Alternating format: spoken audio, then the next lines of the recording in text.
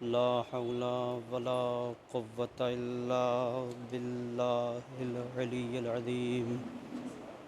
أعوذ بالله من الشيطان اللعين الرجيم. بسم الله الرحمن الرحيم. الحمد لله رب العالمين، والصلاة والسلام والتحية والإكرام على النبي الأمي المكي المدني القرشي الهاشمي الأبتهي الرسول المسدد والمحمود الأحمد والمصطفى الأمجد وبالقاسم محمد.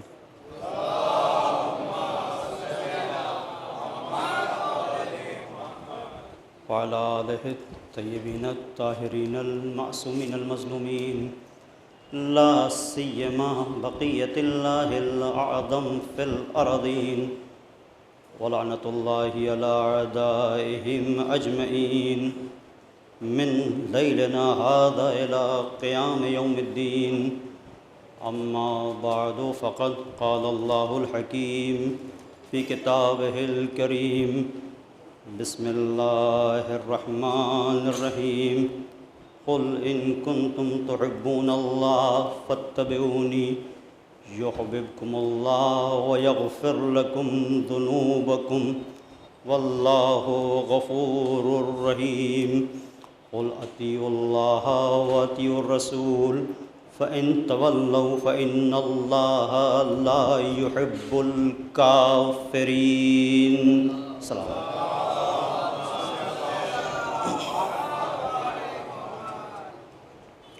عزاداران مظلوم کربلا، ایک بار ہم پھر زہرا کے لال کا ماتم کرنے کے لیے جمع ہیں.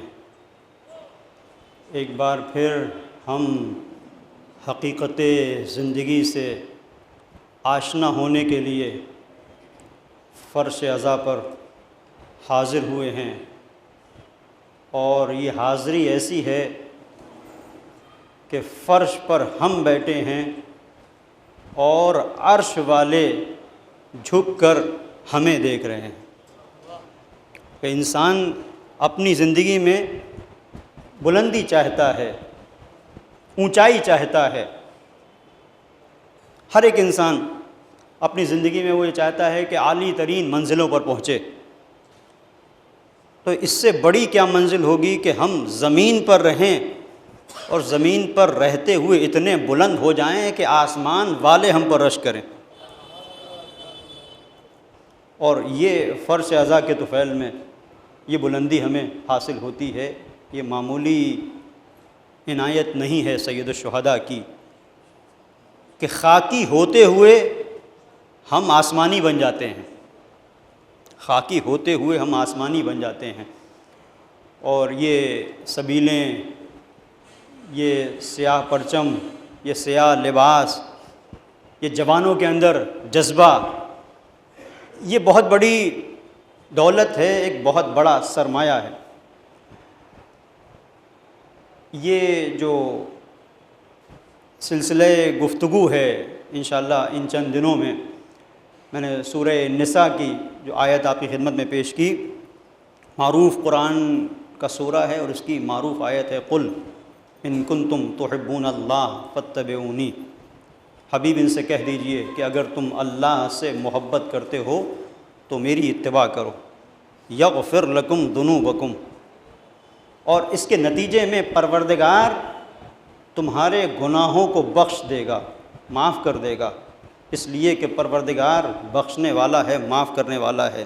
اس کے بعد قل اطیعوا اللہ والرسول، پھر آیت دوسری کہتی ہے اللہ کی اطاعت کرو، اس کی رسول کی اطاعت کرو. فَإِن تَوَلَّوْا، اور اگر تم اللہ اور اس کے رسول کی اطاعت نہیں کرو گے فَإِنَّ اللَّهَ لَا يُحِبُّ الْكَافِرِينَ، تو یاد رکھو نتیجے میں جب تم اطاعت نہیں کرو گے تو تمہارا شمار کافروں میں ہوگا، اور پروردگار کافروں سے محبت نہیں کرتا، کافروں کو پسند نہیں کرتا. اس کا مطلب کیا ہے مطلب واضح ہے، آیت اس بات کا اعلان کر رہی ہے کہ اگر تم اللہ سے محبت کرتے ہو تو صرف دعوی محبت کافی نہیں ہے، اطاعت کی منزل پر آؤ. اور اطاعت کی منزل پر بھی اللہ نے اس چیز کو بیان نہیں کیا کہ تم اطاعت کرو، اس نے جو دین تمہارے لیے بھیجا ہے اس دین کی باتوں پر عمل کرو. توجہ کیجیے گا، ایک اہم رخ ہے ابتدائے گفتگو. اس نے نہیں کہا نماز روزہ حج زکوٰۃ یہ پڑھو، دین کی پابندی کرو. اور یہ پابندی کا مطلب یہ ہوگا کہ تم اللہ کے فرمان پر سر تسلیم کو خم کر رہے ہو، اس کی اطاعت کر رہے ہو، اور اس سے محبت تمہارے وجود کے اندر پائی جاتی ہے. نہیں، کہا ان کنتم تحبون اللہ فاتبعونی، اگر تم اللہ سے محبت کرتے ہو تو پیغمبر ان سے کہہ دو کہ یہ تمہاری پیروی کریں. دین نہیں کہا، میری پیروی. اس کا مطلب یہ ہے کہ دین ظاہری طور پر شریعت کے کچھ اصولوں کا نام ہوگا، حقیقت میں اتباع پیغمبر کا نام ہے. یعنی پیغمبر جو کہیں وہی شریعت، پیغمبر جدھر مڑ جائیں ادھر مڑ جانا شریعت، پیغمبر جس کو کاندھوں پہ اٹھائیں اس کو ماننا شریعت، جس کو بزم سے نکال دیں اسے دل میں سجانا شریعت کی توہین ہے. تو عزیزو، دین کے لیے اگر کہا جاتا تو دین تو بہت سارے افراد بھی نماز پڑھتے ہیں، وہ بھی نماز پڑھتے ہیں، یہ بھی روزہ رکھتے ہیں، وہ بھی روزہ رکھتے ہیں. کا نہیں، ہو سکتا ہے کوئی زمانہ ایسا ہو کہ وارث پیغمبر جب سب حج کر رہے ہیں تو حج چھوڑے. تو یہاں پر حج سے مت چپک جانا، یہ دیکھنا کہ وارث پیغمبر کہاں جا رہا ہے. صلوات پڑھیں محمد اور آل محمد پر.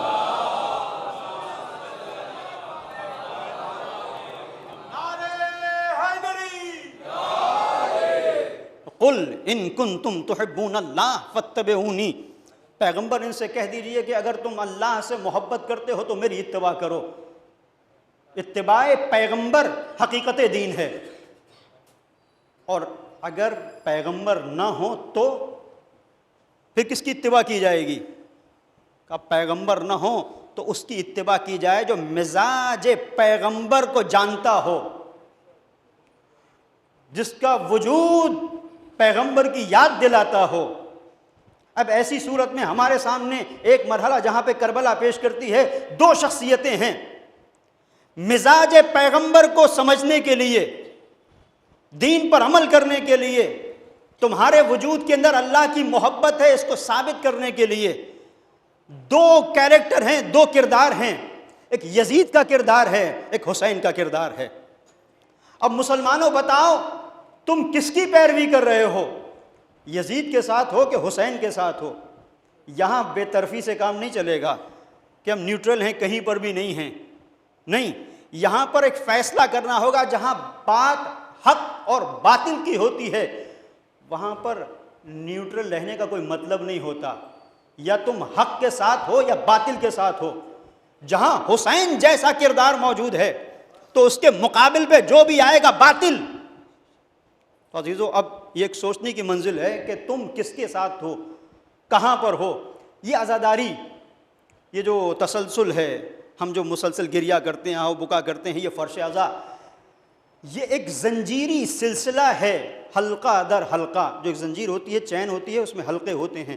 یہ حلقہ در حلقہ ایک سلسلہ ہے جو ہمیں وہاں تک لے کے جاتا ہے جہاں اتباع پیغمبر، اس منزل تک لے کے جاتا ہے. اب بہت توجہ یہاں پر کیجیے گا.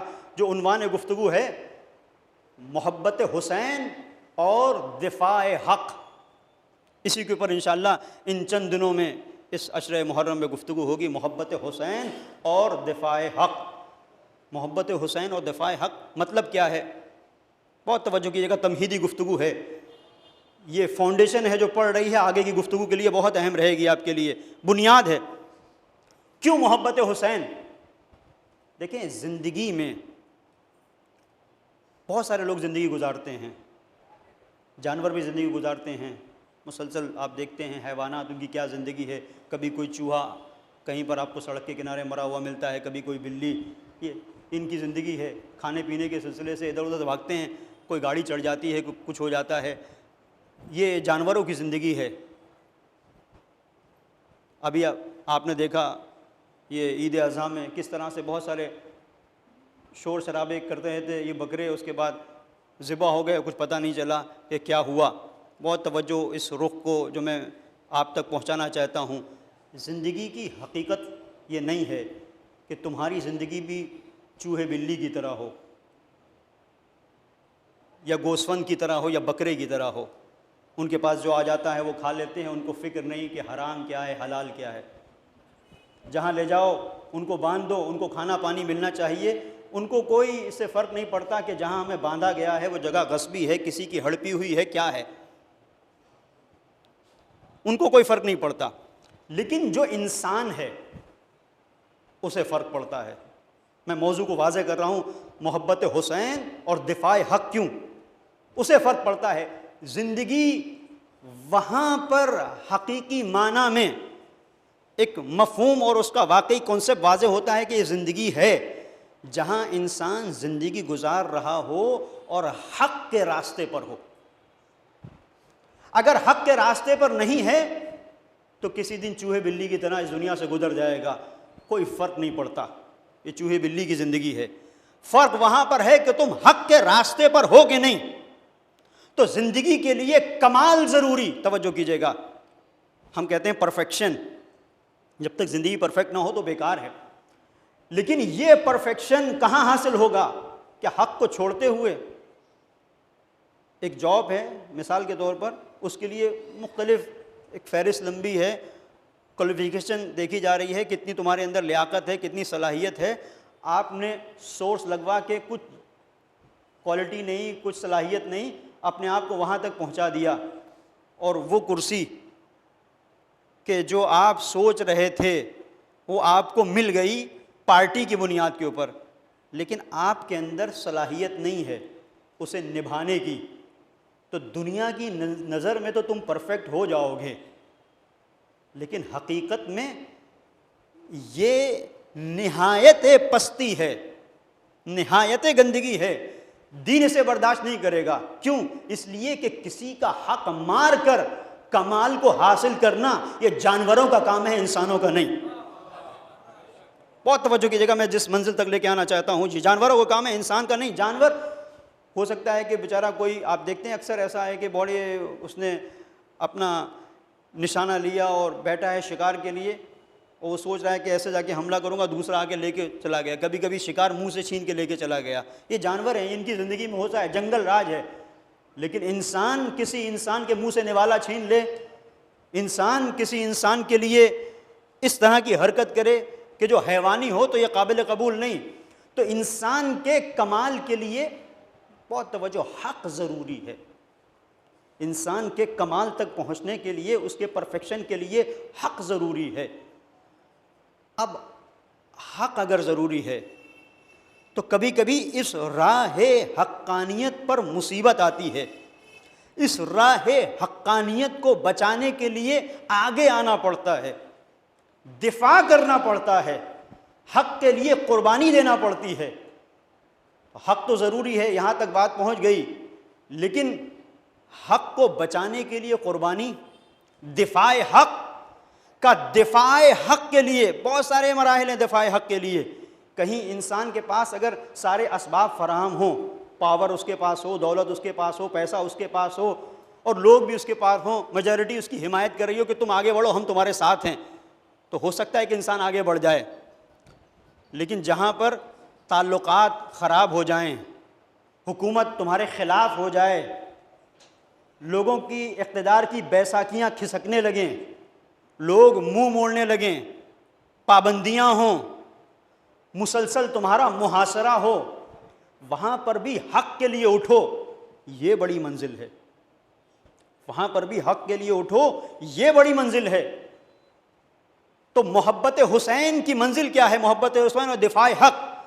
دفاع حق انسان کے کمال کو محفوظ کرنے کے لیے ضروری ہے، لیکن اس دفاع حق کے لیے کچھ دنیا کے ظاہری اسباب ضروری ہیں. اگر وہ نہ ہو تو انسان دفاع حق کے لیے آگے نہیں بڑھ سکتا.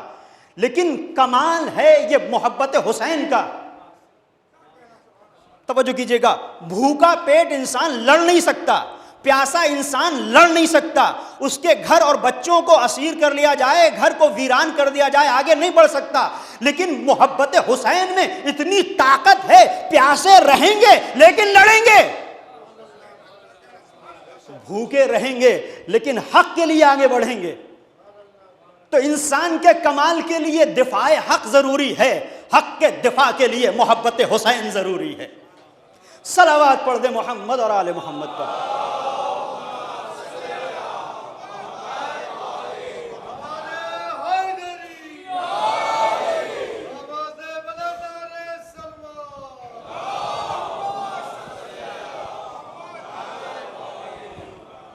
اور دوستو یہ دعویٰ نہیں ہے, آپ دیکھ لیجئے, یعنی ایسی بات نہیں, یہ بڑا اہم ہے. یہ درسگاہ کربلا, محبت حسین جہاں ہوتی ہے تو حق کے دفاع کے لیے انسان اپنے آپ کو آمادہ کر لیتا ہے.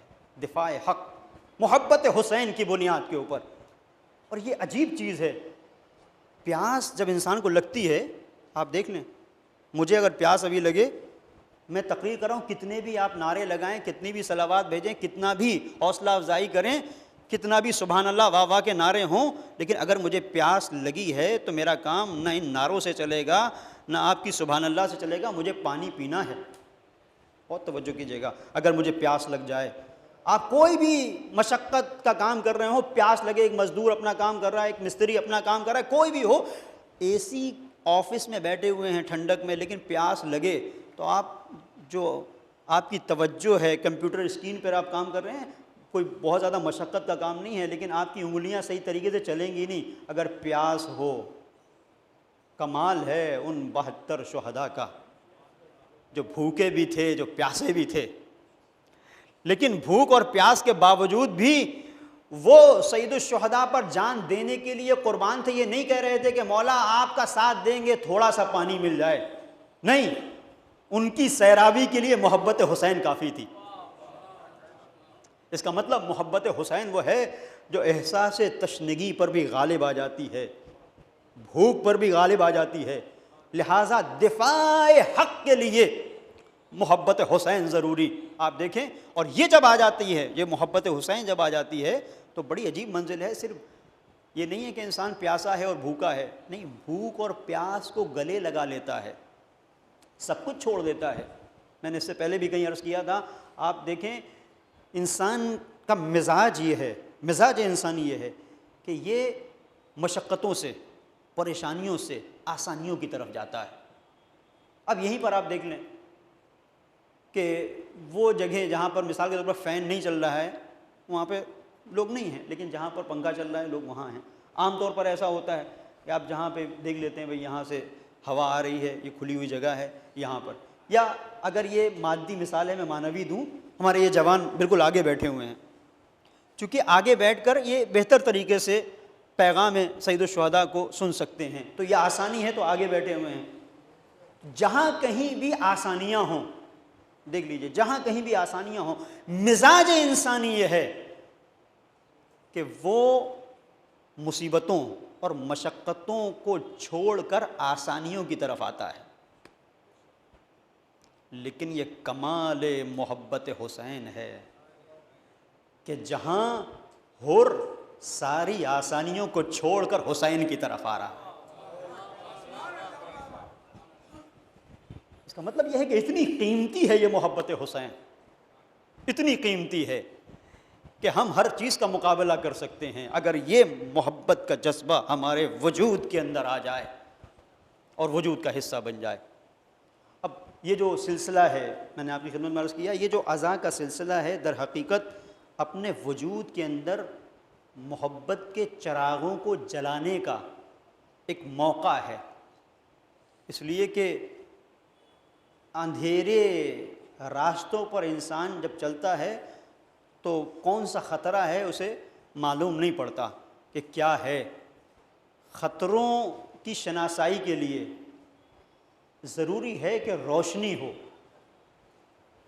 یہ انسان کی زندگی ایک تاریک راہ ہے, ایک تاریک شاہراہ ہے جس پر انسان اپنی گاڑی کو لے کر چل رہا ہے۔ اب دیکھ لیجئے، میں معمولی سی بات بہت مثال کے ذریعے سے واضح کر رہا ہوں اپنے جوانوں کے لیے، یہ جو میرے آگے بیٹھے ہیں یہ کل کا سرمایہ ہیں۔ محبت حسین کیوں ضروری ہے اس کو آپ دیکھیے۔ اگر آپ کے پاس بہترین لیٹسٹ ایک دم بالکل نئے ماڈل کی بہترین گاڑی ہو اور اسے لے کر آپ چلیں اور روڈ پر نکلیں، رات ہو اور اس کی ہیڈ لائٹ خراب ہو، کچھ پتہ نہیں کس سے ٹکرا جائیں، کس کو آپ مار دیں، کون آپ کو مار دے۔ کہ گاڑی تو بڑی زبردست ہے، چلتے ہیں تو کوئی بھی عقل مند کہے گا گاڑی زبردست ہے لیکن ہیڈ لائٹ خراب ہے، اس کو صحیح کرواؤ تو پھر نکلو۔ تو عزیزو، انسان کی زندگی میں بہت سارے لوگ ہیں عبادتوں پہ بھروسہ کرتے ہیں، یہ عبادتیں بغیر چراغ ہدایت حسینی کے ایسے ہی ہیں کہ لیٹسٹ ماڈل کی گاڑی لے کے تم نکلو، کہاں ٹکرا جاؤ کچھ پتہ نہیں۔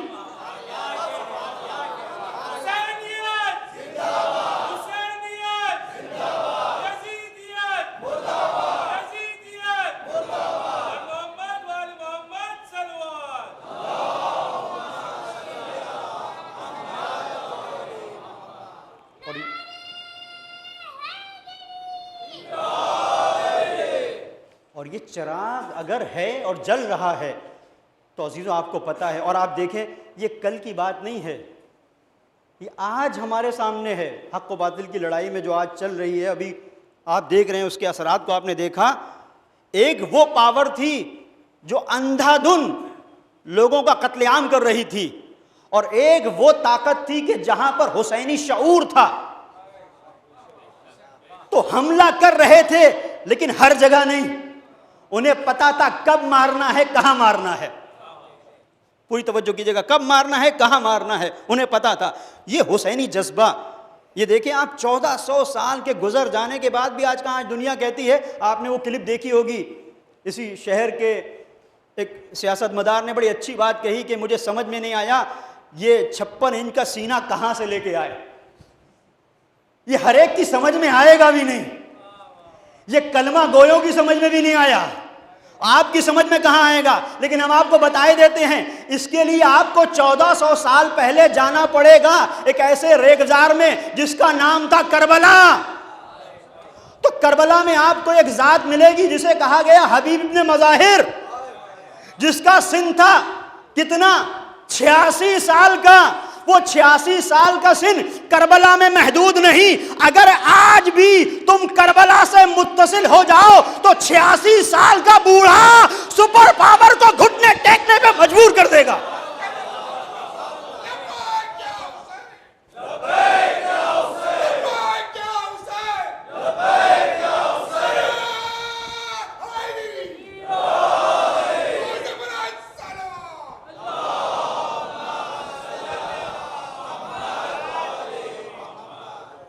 یہ محبت حسین ہے، اور اس محبت حسین کی بنیاد کے اوپر وہ طاقت ملتی ہے کہ اس طاقت کا اندازہ یہ تمہارے مادی ذرائع، تم مادیت سے اٹھ کے مادیت سے آگے بڑھتے نہیں ہو۔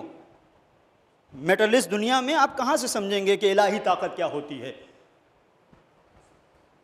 یزیدی جو سوچ ہے وہ تو یہ دیکھے گی کہ پاور کس کے پاس کتنی ہے، ٹیکنالوجی کس کے پاس کتنی ہے، لیکن جو الہی طاقت ہوتی ہے وہ اپنی آئیڈیالوجی پر بھروسہ کرتی ہے، اور جب بھی ٹیکنالوجی آئیڈیالوجی کے مقابلے پر آئے گی تو دنیا کی نظروں میں ٹیکنالوجی چاہے جتنی بھاری ہو لیکن آئیڈیالوجی کے مقابلے پر جب آئے گی تو ٹیکنالوجی کو ہار کا سامنا کرنا پڑے گا۔ یہ کل کربلا نے بتایا، اور آج بھی تسلسل کربلا ہمارے سامنے ہے۔ تو محبت حسین ضروری ہے دفاع حق کے لیے، اور یہ جو سلسلہ مجالس ہے یہ در حقیقت اسی منزل پر ہمیں بتاتا ہے کہ کیسے اس دور میں تم دفاع حق کرو، حق کا ساتھ دو، کس طریقے سے حق کی ڈگر پر تم جمے رہو، یہ ہمیں یہ عزاداری سکھاتی ہے۔ عزیزو اب یہاں سے بہت توجہ کیجیے گا، بہت سارے ایسے لوگ ہیں وہ کہتے ہیں کہ وہ عزاداری واجب تو ہے نہیں، عزاداری واجب تو ہے نہیں، جب واجب نہیں ہے تو اتنا زیادہ اہتمام کرنے کی ضرورت کیا ہے۔ کچھ لوگ ہم میں سے بھی ایسے ہیں، بعض زیادہ پڑھ لکھ جاتے ہیں تو پڑھ لکھنے کی بنیاد کے اوپر کبھی کبھی شیطان ان کے دماغ پر سوار ہو جاتا ہے. شیطان ان کے دماغ پر ایسی پڑھائی سے انسان اور ایسے علم سے بہت دور رہے کہ جہاں پر علم ہو لیکن شیطانی ہو. علم وہ ہو کہ جہاں پر تم نے باب مدینۃ العلم سے علم حاصل کیا ہو، وہاں سے علم حاصل کیا ہوگا تو تم اپنے قلعے میں سین نہیں لگاؤ گے. بہت سارے ایسے لوگ ہیں کہ وہ کہتے ہیں کہ اس سے کیا ہے. میں آپ کی خدمت میں عرض کروں، یہ بہت اہم مرحلہ ہے جو مراجع نے، علماء نے ہم تک پہنچایا ہے. آیت اللہ العظمیٰ مرشی کا نام آپ نے سنا ہوگا، مرشی نجفی، حرم حضرت کریمہ اہل بیت، حرم حضرت معصومہ صلی اللہ علیہ میں نماز پڑھایا کرتے تھے. عاشور کا دن تھا، یہ ان کی تاریخ میں ملتا ہے. توجہ کیجیے گا، میں جو بات کہہ رہا ہوں اس کی نزاکت کو سمجھیے گا، کوئی غلط میسج نہ جائے. عاشور کا دن تھا، انجمنیں، دستہ اعضاء، ماتمی دستے سب حرم میں آ رہے تھے. نماز کا وقت ہوا، نماز کا وقت ہوا تو ایک شخص تھا. کچھ لوگ ہوتے ہیں کہ انہیں عام طور پر تو نماز یاد نہیں آتی، لیکن کہیں اگر ماتم ہو رہا ہے تو نماز ضرور یاد آئے گی، مجلس ہو رہا ہے تو نماز ضرور یاد آئے گی. بھئی نماز اگر ہے تو ہر جگہ ہونا چاہیے.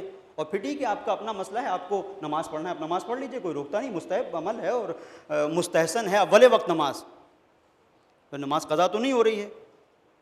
عام طور پر اگر آپ اپنی زندگی میں نماز کو ڈیلے نہ کرتے ہوں تو حق بنتا ہے. کھانا کھا رہے ہیں، پانی پی رہے ہیں، کبھی کبھی تو ٹی وی دیکھ رہے ہیں، کرکٹ میچ دیکھ رہے ہیں، نماز وہاں پر ڈیلے ہو رہی ہے، کوئی مسئلہ نہیں ہے. لیکن اگر عزا کا معاملہ ہے، عزاداری ہے، ماتم ہو رہا ہے، تو اس وقت ارے نماز کا وقت ہو گیا. اس کا مطلب یہ ہے کہ آپ اپنی اوقات کو بتا رہے ہیں. یہ نماز کا وقت نہیں، آپ اپنی اوقات کو بتا رہے ہیں کہ ہماری اوقات ہی یہی ہے کہ ہم دکھانے کے لیے نماز پڑھتے ہیں، ورنہ خاموشی سے نکل جاتے ہیں. ابھی نماز پڑھ لیتے، کوئی ایسا تو نہیں کوئی عزادار ہاتھ پکڑ لیتا کہ نہیں. ایسا کہیں بھی ہے، ہمیں کہیں پر بھی، میں ذمہ داری سے کہہ رہا ہوں، ایسا نہیں ہو سکتا کہ اگر کہیں پر کوئی جلوس ہو یا کہیں پر کوئی مجلس ہو رہے ہو، کوئی نماز پڑھ رہا ہو تو کوئی کہے کہ بھئی تم نماز کیوں پڑھ رہے ہو. پوری گارنٹی، پوری ضمانت کے ساتھ قطعاً ایسا نہیں ہے. تو پھر یہ ایک فکری انحراف ہے. توجہ کیجیے گا کہ جہاں پہ سارے مسائل ہوتے ہیں. تو آگئے مرشی گئے تو دستہ اعضاء آ رہی تھی، تو اب اس کو جوش عبادت پیدا ہوا ان کے وجود کے اندر، اور انہوں نے کہا کہ اللہ اکبر، اللہ اکبر، اذان اذان اذان، نماز نماز نماز. اب ایک مرجع کی سیرت آپ کی خدمت میں پیش کر رہا ہوں. آیت اللہ مرشی نے دیکھا، اسکت لولا کانا هذه المواکب ما كانت الصلاۃ. ایک جملہ ہے جو انہوں نے کہا، ترجمہ کر رہا ہوں، آپ اس کو محسوس کیجئے گا. تو خاموش، کیا نماز نماز نماز نماز، نماز کی اہمیت کو کم نہیں کیا. ایک جملہ کہا، خدا کی قسم اگر یہ دستہائے اذان نہ ہوتے تو نماز جماعت بھی نہ ہوتی. یعنی یہ نماز اگر محفوظ ہے تو انہی مجالس کے سائے میں محفوظ ہے. اب یہاں سے جو میں نے کہا کہ میسج غلط نہ جائے، اس کا مطلب یہ نہیں ہے ہرگز کہ کہیں پر بھی ہم اگر مجالس کر رہے ہیں تو نماز کے وقت کا خیال نہ رکھیں. خیال رکھنا چاہیے، اولویت ہے.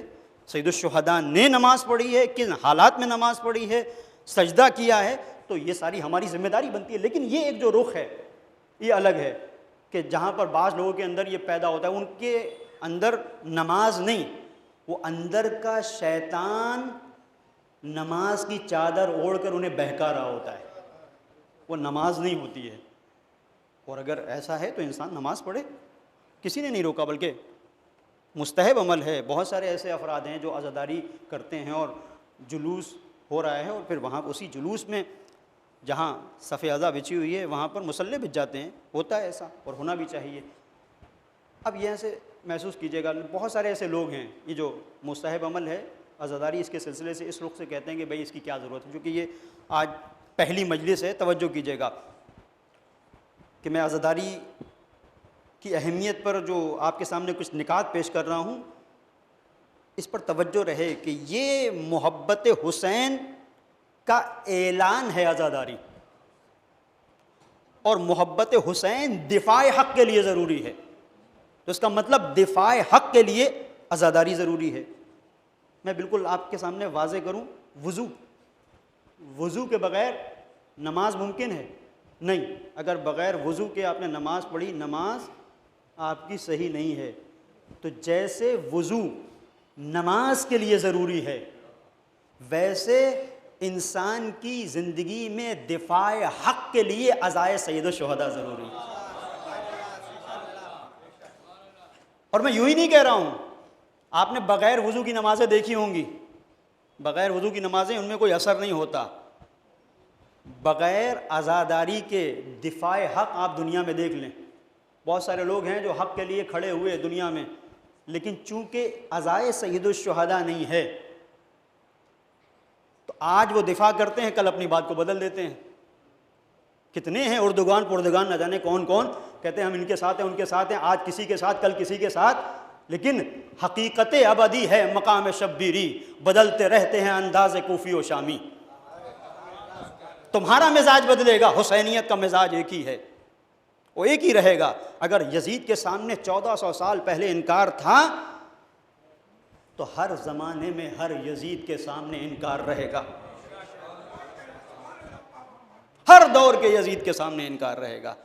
یہاں یہ نہیں کہ ہماری کوئی بات اگر ہمیں کوئی فائدہ پہنچ جائے تو آج ہم نے اپنی اسٹینڈ کو تبدیل کر دیا، آج ہم نے اپنی بات کو تبدیل کر دیا۔ یہ بہت اہم مرحلہ ہے، بہت توجہ کی ضرورت ہے ان چند دنوں میں، جو معرف آپ تک پہنچانا ہے اس کی یہ بنیاد ہے۔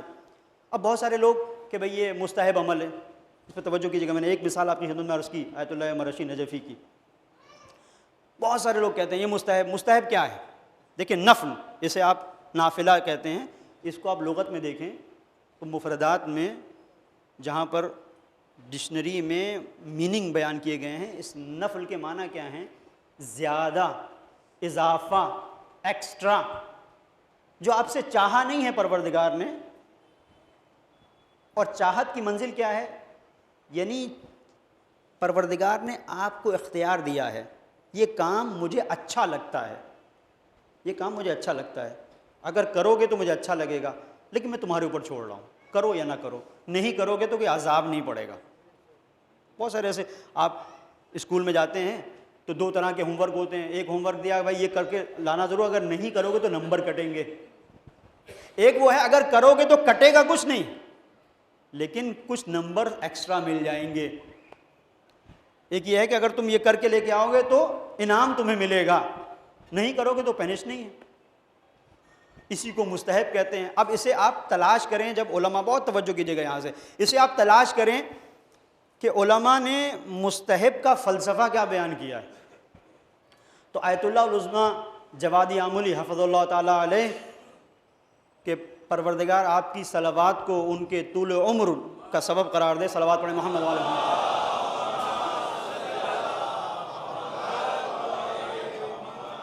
آیت اللہ جوادی ایک جگہ پر اس چیز کو بیان کرتے ہیں کہ یہ جو نفل ہے، نافلہ، یہ جو مستحبات ہیں، یہ اس لیے ہیں کہ اگر آپ کی واجب نمازوں میں کوئی کمی رہ جائے، کوئی کمی رہ گئی، ذہن کہیں بھٹک گیا، ادھر ادھر چلا گیا، تو اس کمی کو پورا کرنے کے لیے اللہ نے یہ رکھا ہے کہ تم مستحب انجام دو تاکہ وہ کمی پوری ہو جائے۔ دوسری بات، شیطان وہ ہر وقت دیکھتا رہتا ہے، شیطان ہمیشہ حملے کرنے کے فراق میں رہتا ہے، کب حملہ کرے، عبادتوں پہ حملہ، نماز پہ حملہ، روزوں پہ حملہ، اور خاص طور پر نماز چونکہ معراج عبودیت ہے، اس پہ بہت زیادہ حملہ ہوتا ہے۔ تو شیطان حملہ کرتا ہے عبادتوں پر۔ مستحبات اس لیے ہیں تاکہ تم اپنی عبادت کے ارد گرد ایک حصار ایسا قائم کر دو کہ تمہاری عبادت شیطان کے حملے سے محفوظ رہے، شیطان کے حملے سے تمہاری عبادت محفوظ رہے۔ اسی لیے آپ دیکھیں بہت سارے لوگ ہیں کہ ماہ مبارک رمضان میں آپ دیکھیں کہ صرف وہ بیچارے پنجگانہ نہیں پڑھتے، کتنی نمازیں ان کو پڑھنا پڑتی ہیں، پورا قرآن ختم کرنا پڑتا ہے۔ یہ کیوں اتنی زحمت میں اپنے آپ کو ڈال رہے ہیں؟ تاکہ ہماری عبادت پر شیطان حملہ نہ کرے۔ میں ایک بات کہہ رہا چاہتا ہوں عزیزوں، آپ کی سماعتوں پہ بھروسہ کرتے ہوئے، بات ضائع نہ جائے، توجہ کیجیے گا کہ ہم نے مان لیا کہ عبادتوں پر حملہ ہو شیطان کا تو اسے بچانے کے لیے مستحب ضروری، نافلہ ضروری۔ یہ ہم جواب کس کو دے رہے ہیں؟ وہ جو کہتا ہے کہ عزاداری تو مستحب ہے۔ یہ کیوں؟ عبادتوں کے لیے جب آپ عبادت کر رہے ہیں تو ضائع نہ ہو جائے، ان کے لیے نافلہ اور مستحب ضروری۔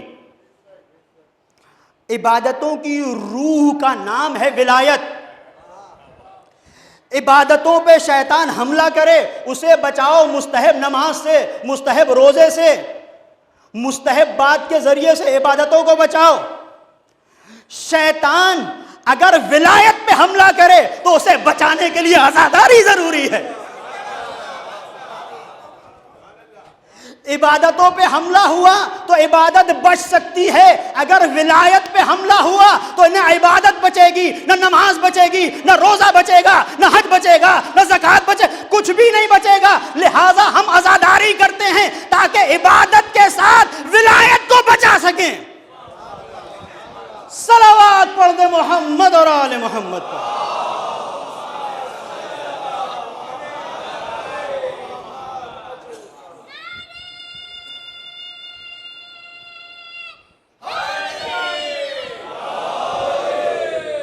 تو یہ مستحب عمل ہے، لیکن اس کے سائے میں عبادتیں پروان چڑھتی ہیں۔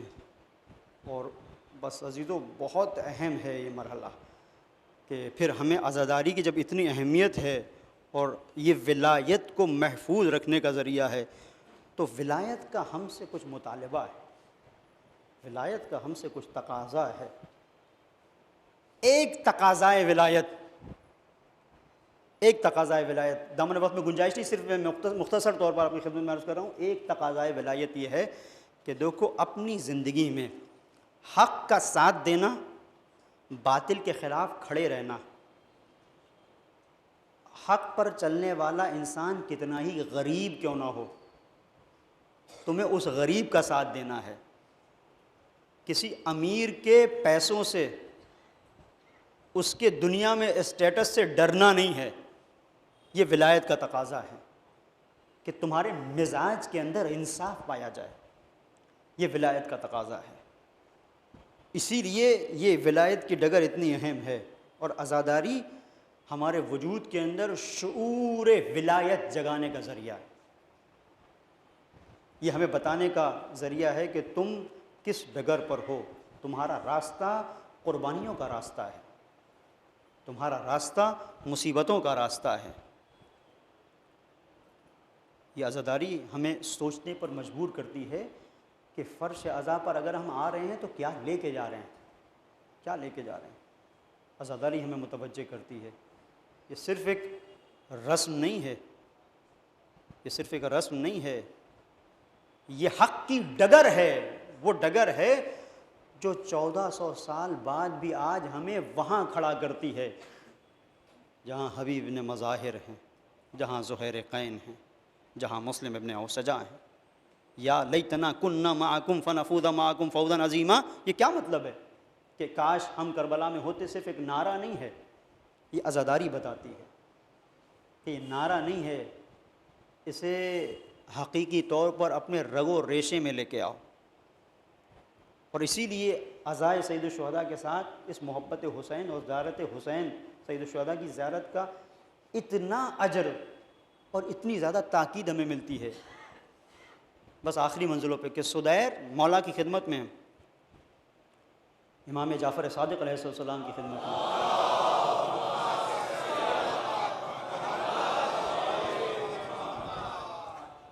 اور کہتے ہیں مولا سے گفتگو کے درمیان بات ہو رہی ہے، روایت میں ہے کہ مولا نے کہا سدیر تم ہر دن میرے جد کی زیارت کے لیے نہیں جاتے؟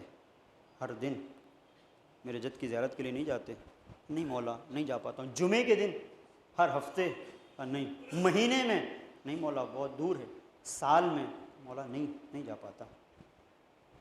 اب روایت ہے کہ اتنا اہم ہے یہ محبت حسین اور زیارت سید الشہداء کہ فاصلوں کو مٹا دیا۔ کہا سدیر اپنے گھر کی چھت پہ جاؤ، سید الشہداء کی بارگاہ کی طرف متوجہ ہو، کہو السلام علیک یا ابا عبداللہ۔ آپ یہیں سے بیٹھے بیٹھے اپنے دل کو لے کے چلیں بین الحرمین، سب مل کے کہیں السلام علیک یا ابا عبداللہ۔ اتنا آسان بنا دیا مولانا، اتنا آسان بنا دیا۔ کیا مطلب؟ یعنی تم اگر صرف متوجہ ہو جاؤ گے تو یہ صرف حسین کی طرف متوجہ نہیں ہو، 1,24,000 انبیاء نے جو آواز دی ہے، یہ یا حسین کہنا ان آوازوں پر لبیک ہے، ان آوازوں پر لبیک ہے۔ تو 1,24,000 انبیاء نے آوازیں دی ہیں، یہ صرف یا حسین کہنا، یعنی تم آواز دے رہو مولا ہم حاضر ہیں آپ کے لیے۔ بس عزیزوں، محرم کا چاند افق آسمان پر نمودار ہوتا ہے، ایسا محسوس ہوتا ہے کوئی دل نوچ کے لے گیا۔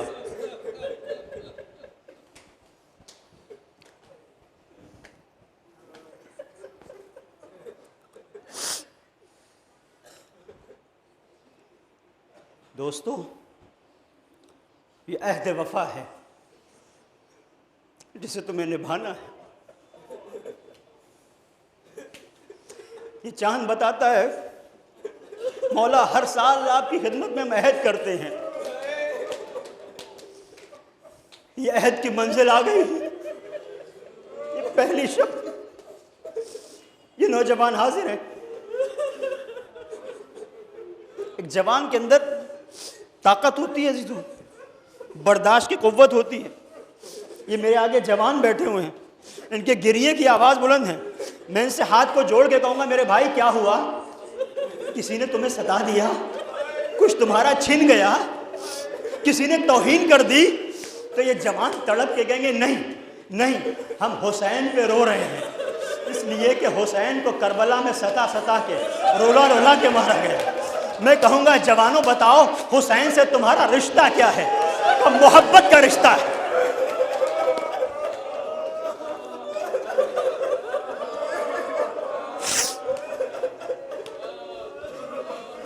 سلامت رہو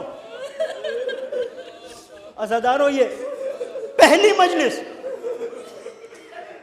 مسجد ایرانیان میں، اور گزارش ہے جوانوں سے، کسی سے بھی آپ اختلاف رکھتے ہو، نظریاتی اختلاف ہو، کچھ بھی ہو، لیکن فرش عزا کی اور رونق کو کم نہ ہونے دیں۔ فرش عزا کی جو مرکزی حیثیت ہے وہ کم نہ ہونے پائے، اس لیے کہ جوان اگر آ کے آگے بیٹھتے ہیں عزیزوں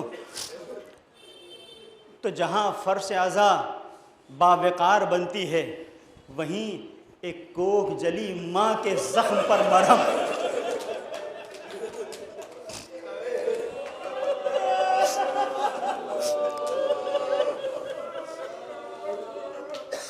چاند نمودار ہوا عزیزوں، کوئی دنیا سے اگر گزر جائے، ہمارے گھر میں کسی کی موت ہو جائے اور اس کے بعد سال پلٹے اور یہی محرم کا چاند نمودار ہو، تو اگر کسی شوہر سے اس کی زوجہ چھوٹی ہے تو اپنی زوجہ کو یاد کرتا ہے، زوجہ سے شوہر تو وہ شوہر کو یاد کرتی ہے۔ بات آگے بڑھاؤں، اگر کسی ماں کا جوان بیٹا تو ماں اپنے بیٹے کو یاد کرتی ہے، اور اگر کسی کی آغوش میں کوئی شیرخوار ہو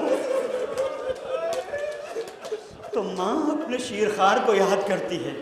اس کا مطلب یہ ہے کہ یہ سال جب گزرا اور اب چاند نمودار ہوا، اور اس چاند کو لیلا نے دیکھا ہوگا تو علی اکبر کا سراپا سامنے آیا، ام فروہ نے دیکھا ہوگا تو قاسم کی پامال لاش کا منظر سامنے آیا ہوگا۔ اس چاند کو اگر رباب نے دیکھا ہوگا تو ننھا علی اصغر یاد آیا ہوگا۔ عزیزو آؤ ان بیویوں کو سلام کریں، ان کے صبر کو سلام، راہ حق میں ان کے دفاع، حق کے دفاع کے جذبے کو سلام۔ شب جمعہ ہے نا، شب زیارت سید الشہداء ہے، سید الشہداء کی زیارت کے لیے کہا گیا ملائک نازل ہوتے ہیں۔ بس جو ایک واقعہ میں زحمت کو ختم کر رہا ہوں، اسی پر مصائب کا اختتام ہے، توجہ کیجئے گا۔ ہم سب زیارت کے لیے جاتے ہیں، وہ لوگ کہ جنہوں نے پلاننگ کر رکھی ہے، منصوبہ بنایا ہے اربعین میں جانے کے لیے، پروردگار کی بارگاہ میں دعا ہے آج اس ذکر حسین کے صدقے میں مالک انہیں زیارت سید الشہداء حاصل کرنے کی توفیق عنایت فرما، ان کی زیارت کو اپنی بارگاہ میں قبول فرما۔ عام طور پر آپ دیکھیں جب انسان زیارت کے لیے جاتا ہے تو کتنا اس کے دل میں ایک جذبہ ہوتا ہے۔ اس آلودہ دنیا میں جہاں گناہوں میں آلودہ ہے، پستیاں ہیں، ان پستیوں سے جب نکلتا ہے اور بلندیوں کا سفر کرتا ہے تو روح کے اندر ایک معراج پیدا ہوتی ہے۔ عزیزوں بڑا عجیب ہوتا ہے کہیں کہ جہاں پر ایک انسان نے سال بھر پروگرام بنایا اور اچانک کوئی مشکل آ جائے وہ نہ جا سکے، دل محسوس کر رہ جاتا ہے مولا خطا کیا ہو گئی۔ یہی ہوتا ہے نا۔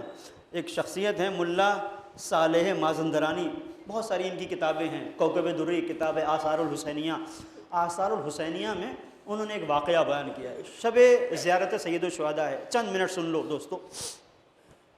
کہتے ہیں کہ ایک شخصیت تھی مازندران میں، نام تھا ملا عباس چاوشی۔ آپ جب زیارت کے لیے جاتے ہیں تو آپ کے کاروان میں کہیں نہ کہیں کچھ لوگ ہوتے ہیں جو نوحہ پڑھتے ہیں، گریہ کرتے ہیں، کوئی ایک عالم بھی ٹور والے لے کے جاتے ہیں، کاروان والے، وہاں پر ذکر مصیبت ہوتا ہے، لوگ مصاب ہوتے ہیں، گریہ ہوتا ہے، آہ و بکا ہوتی ہے، سید الشہداء کی خدمت میں خراج عقیدت ہوتا ہے۔ ملا عباس چاوشی مازندران سے ہمیشہ کربلا کی زیارت کے لیے جایا کرتے تھے، جوان ساتھ ہوا کرتے تھے۔ ایک بار ایسا ہوا کہ پروگرام بنا تھا، ان کے ساتھ کوئی مشکل آ گئی، نہیں جا سکتے تھے۔ نوجوان آئے، ملا عباس تمہیں چلنا ہے، تمہاری وجہ سے تو ہمارے یہاں رونق ہوتی ہے، مجلسوں میں گریہ کی آوازیں بلند ہوتی ہیں، تمہارے نوحے دلوں پر اثر کرتے ہیں، تم نہیں جاؤ گے تو پھر کربلا میں جانے کا وہ مزہ نہیں آئے گا جو روح کو حاصل ہوتا ہے۔ ملا عباس چلو، کہا نہیں میرے ساتھ مشکل ہے، میں نہیں۔ اتنے باشعور نوجوان تھے، کہا کہ جو مشکل ہے ہم حل کریں گے۔ نوجوانوں نے کہا جو مشکل ہے ہم حل کریں گے، چلو تمہیں چلنا ہے۔ مختلف پرچم لے کے جایا کرتے تھے، اس دور کا سفر تھا، فلائٹس نہیں تھی، کھچروں پر گھوڑوں پر سفر ہوتا تھا، ناکوں پر سفر ہوتا تھا۔ جوانوں نے ہاتھ جوڑے، کہا نہیں تمہیں چھوڑ کے نہیں جائیں گے، تمہیں چھوڑ کے نہیں جائیں گے۔ اللہ اس مجلس کے صدقے میں ایک ایسی منزل آ جائے کہ جہاں پر کوئی حسین کا سفیر ہمارے پاس آ کے کہے کہ تم تنہا نہیں رہو گے، تمہیں ہم ساتھ لے کے جائیں گے۔ یعنی کیا مطلب ہے؟ یعنی حسین تمہیں حر بنانا چاہتے ہیں۔ کاش ہمارے ساتھ بھی ایسا ہو جائے۔ کہا چلو جو بھی مشکلیں ہم حل کریں گے، چلو۔ مجبور ہو گئے، نکلے، منزلوں کو طے کیا۔ اب ایک ایسے مقام پر پہنچے جہاں دور سے سید الشہداء کا گنبد نظر آ رہا تھا۔ اسی تو آپ نے دیکھا ہے جب آپ کتنے بھی تھکے ہوئے ہوں، اب کربلا پہنچتے بہت تھکان ہوتی ہے، سارے امیگریشن کے مراحل، یہ ساری چیزیں، اس کے بعد لیگیج لینا، سارے، اس کے بعد جب آپ بس میں بیٹھتے ہیں تھکن سے چور، لیکن جیسے ہی گنبد حضرت ابا عبداللہ نظر آتا ہے، آپ کہتے ہیں السلام علیکم یا ابا عبداللہ، تو ساری تھکن آپ کی دور ہو جاتی ہے۔ یہی ہوتا ہے نا۔ اس منزل پر عزیزوں ملا عباس چاوشی کے ساتھ چلیں، دور سے دیکھا گنبد، آج کل کی طرح لائٹس نہیں تھیں، مشنیں جلتی تھیں، مشنیں جل رہی تھیں، دور سے نظر آیا۔ کہا اے جوانوں دیکھو سامنے گنبد نظر آ رہا ہے۔ تھکے ہوئے تھے، ایک سرائے پر پہنچے جہاں گھوڑوں کو باندھ دیا تھا، کھچروں کو باندھ دیا تھا، آرام کرنا تھا، لیکن ملا عباس چاوشی نے کہا کہ دیکھو سامنے گنبد نظر آ رہا ہے، ہم پہلے زیارت کریں گے، بعد میں آرام کریں گے۔ اب ایک روایت آپ کی خدمت میں عرض کروں، روایت کا ماحصل جسے علماء نے بیان کیا، جتنی بھی زیارتیں وارد ہوئی ہیں، رسول اللہ کی زیارت سے لے کر امام رضا علیہ السلام کی زیارت تک، ائمہ معصومین کی جتنی بھی زیارتیں، سب میں کہا گیا جب زیارت کرو غسل زیارت کرو، وضو کرو، اپنے آپ کو پاکیزہ بناؤ، عطر لگاؤ، خوشبو لگاؤ اور زیارت کے لیے جاؤ۔ یہ تنہا حسین غریب کی زیارت ہے، جس کے لیے کہا گیا ہے جس حالت میں ہو آ جاؤ، تھکن بہت ہے آ جاؤ، کپڑوں پہ گرد ہے آ جاؤ، آ جاؤ. شاید بتانا یہ چاہتے ہو اس حسین کی زیارت کے لیے آ رہے ہو کہ جس کا لاشا کربلا کے میدان میں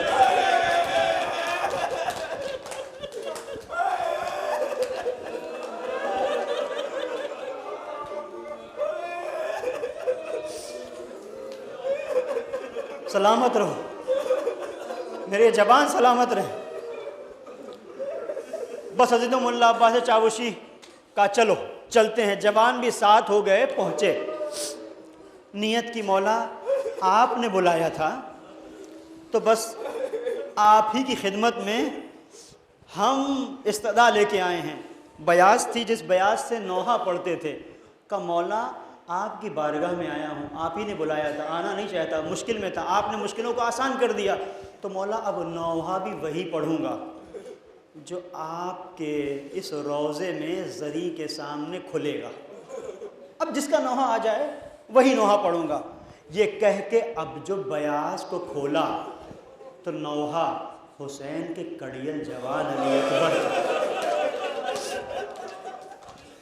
جوان بیٹھے ہوئے ہیں نا، ان جوانوں کی نظر کر رہا ہوں، اور جوانوں سے گزارش ہے آج تم آئے ہو کل اپنے دوستوں کو لے کے آنا اور فرش عزا پہ آگے آ کے بیٹھنا. علی اکبر کا نوحہ، علی اکبر کا نوحہ پڑھا، خوب گریا ہوا، خوب گریا ہوا، مصاب ہوئے، گریا ہوا، واپس پلٹے، اب سوئے. تو ملا صالح مازندرانی نے اسے لکھا آثار الحسینیہ میں، کہتے ہیں سوئے، ایک غنودگی کی کیفیت تھی، دیکھا کوئی ایک خادم چلا آ رہا ہے. اس خادم سے پوچھا کہ بھائی کون ہو، کہاں سے آئے ہو؟ کہا تم جس کی زیارت کے لیے آئے ہو اسی نے ہمیں بھیجا ہے. کہا پھر کیا کہا؟ کہا مولا تم سے ملنے خود آنا چاہتے ہیں، مولا تم سے ملنے خود آنا چاہتے ہیں. تڑپ گئے کہ یہ کیا ہوا، کہہ رہے مولا خود ملنے آنا چاہتے ہیں. سوچ ہی رہے تھے کہ کہتے ہیں دور سے ایسا لگا جیسے نہ جانے کتنے سورج ایک ساتھ، ایسی روشنی جیسے کبھی نہیں دیکھی. روشنی آہستہ آہستہ نزدیک آئی. ملا عباس نے نوجوانوں کو اٹھایا، ارے تم کیا پڑے سو رہے ہو، دیکھو تمہارا آقا تم سے ملنے آ رہا ہے. ایک مرتبہ اشارہ کیا، ملا عباس بیٹھ جاؤ، بیٹھ جاؤ، کھڑے نہیں ہو. نہیں مولا ایسے کیسے، آپ کے احترام میں کھڑے ہو رہے ہیں. کیا جملہ کہا عزیزوں، عجیب مفہوم ہے، مولا نے بیان کیا، دلوں کو چیر دیتا ہے. ملا عباس تم میرے زائر ہو، تھکے ہوئے ہو. عزیزوں کبھی مجلس میں تھکن کا احساس ہو تو سوچنا یہ آقا کتنا کریم ہے. بیٹھے رہو، میں آیا ہوں. ملا عباس 3 باتوں کو لے کے آیا ہوں. مولا کیا کہنا چاہتے ہیں؟ پہلی بات تو یہ ہے ملا عباس، کوئی زائر میری زیارت کے لیے نہیں آتا مگر میں اس کی زیارت کے لیے آتا ہوں. کوئی زائر میری زیارت کے لیے نہیں آتا مگر میں اس کی زیارت کے لیے آتا ہوں. ملا عباس جو بھی ہو میں اس کی زیارت کے لیے ضرور آتا ہوں. اور ملا عباس دوسری بات یہ ہے، تمہارے مازندران میں چاوش کے علاقے میں بہت سارے لوگ ہیں جو جب مراسم عزا آتے ہیں، عزاداری سید الشہداء ہوتی ہے تو حصہ لیتے ہیں. کوئی لنگر کا انتظام کرتا ہے، کوئی فرش عزا بچھاتا ہے، کوئی سبیل لگاتا ہے، کوئی پانی. ان لوگوں میں، عزاداروں میں ایک شخص ہے جس کے پاس کچھ نہیں، وہ بہت کچھ کر نہیں سکتا لیکن اتنا کرتا ہے، جب مجلس ہوتی ہے تو میرے عزادار جہاں جوتیاں اتارتے ہیں وہاں پر بیٹھ جاتا ہے اور میرے عزاداروں کی جوتیاں برابر کرتا ہے. ملا عباس میرے اس عزادار کو میرا سلام کہنا. دوستو اگر سید الشہداء کی عزاداری میں کسی بھی طرح آپ نے حصہ لیا تو مت سمجھیے گا کہ آپ حصہ لے رہے ہیں، نہیں، مولا کے دفتر میں آپ کا نام درج ہو گیا. مولا فراموش نہیں کریں گے. آخری بات کیا ہے، بس میں نے زحمت کو ختم کیا. آخری بات کیا، مولا ہاتھوں کو جوڑا، کہا ملا عباس آخری بات یہ ہے، جب کبھی زیارت کے لیے آنا اور شب جمعہ ہو اور میرے حرم میں میری زیارت کے لیے آؤ تو خبردار میرے کڑیل جوان علی اکبر کا نام آنا. کوئی خطا ہو گئی مولا، کوئی خطا ہو گئی مولا، کیا غلط پڑھ دیا؟ کہ نہیں. اب بعض علماء نے لکھا، میں نے پڑھا عزیزوں، ملا عباس جب سے تم نے یہ نوحہ پڑھا ہے شب جمعہ میری ماں فاطمہ زیارت کے لیے آتی، اس سے برداشت نہیں، بعض علماء نے لکھا اسے غش آ گیا، اور یہ 2 جملے میں نے زحمت کو ختم کر دیا، اے بی بی کڑیل جوان کا نوحہ پڑھا گیا، آپ کو غش آ گیا، یہ کیوں؟ شاید آواز دیں، میں جانتی ہوں علی اکبر کا درد کیا ہے، میرا سن بھی 18 سال، علی اکبر بھی 18 سال کا، میرا پہلو شکستہ، علی اکبر کے سینے میں برچی کا پھل، ارے دادی کو پتا ہے سینے کا درد کیسا ہوتا ہے، اس لیے مجھے برداشت نہیں، وہ علی اکبر ہاں عزیزو پہلی محرم کی شب آ گئی، آؤ چلے، ارے جلے ہوئے دروازے